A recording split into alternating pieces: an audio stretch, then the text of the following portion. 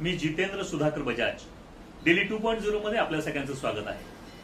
90% नालेसफाईचा दावा ठाणे महानगरपालिकेचा हवेतच विरला. वाघोबानगर येथील नाला अजूनही कचऱ्याने तुडुंब भरलेला. राष्ट्रवादी शरदचंद्र पवार गटाचे ठाणे शहर जिल्हाध्यक्ष मनोज प्रधान यांनी ठाणे महापालिकेला विचारला खडा सवाल. ठाणे महानगरपालिकेकडून शहरातील 90% नाल्यांची साफसफाई पूर्ण झाल्याचा दावा करण्यात आला असला तरी प्रत्यक्षात वाघोबानगर येथील नाल्याची अवस्था या दाव्याला छेद देणारी ठरली आहे. राष्ट्रवादी काँग्रेसचे ठाणे शहर जिल्हाध्यक्ष मनोज प्रधान यांनी आपल्या कार्यकर्त्यांसह वाघोबानगर परिसरात नाल्याची पाहणी केली असता संबंधित नाला अजूनही कचऱ्याने तुडुंब भरलेला असल्याचे स्पष्टपणे दिसून आले. त्यामुळे महापालिकेच्या नालेसफाईच्या दाव्यावर गंभीर प्रश्नचिन्ह निर्माण झाले आहे. याबाबत मनोज प्रधान यांनी ठाणे महानगरपालिकेला जाब विचारला असता महापालिकेकडून हा नाला फॉरेस्ट विभागाच्या अखत्यारीत येत असल्याचे स्पष्टीकरण देण्यात आले. मात्र यावर मनोज प्रधान यांनी तीव्र प्रतिक्रिया देत उलट प्रश्न उपस्थित केला. फॉरेस्ट विभाग सुद्धा तुमच्या सरकारच्या अखत्यारीत येतो, मग जबाबदारी टाळण्याचा प्रयत्न का केला जात आहे?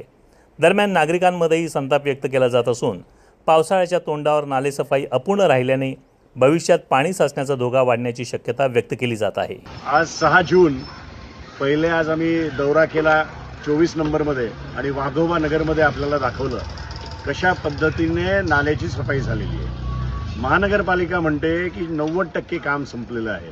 आता आपण हा 9 नंबरमध्ये अगदी मेन रोडवरनं 100 मीटरवर हा नाला आहे, हा बघून घ्या.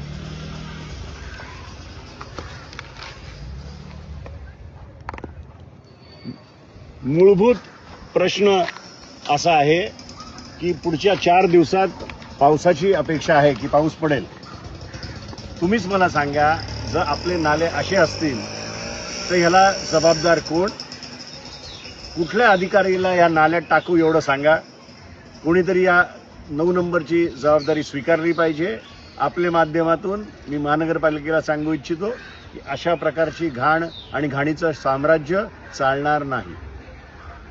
रोज घडणाऱ्या विविध घडामोडींची माहिती मिळण्यासाठी डेली 2.0 हे चॅनल लाईक करा, शेअर करा आणि सबस्क्राईब करा.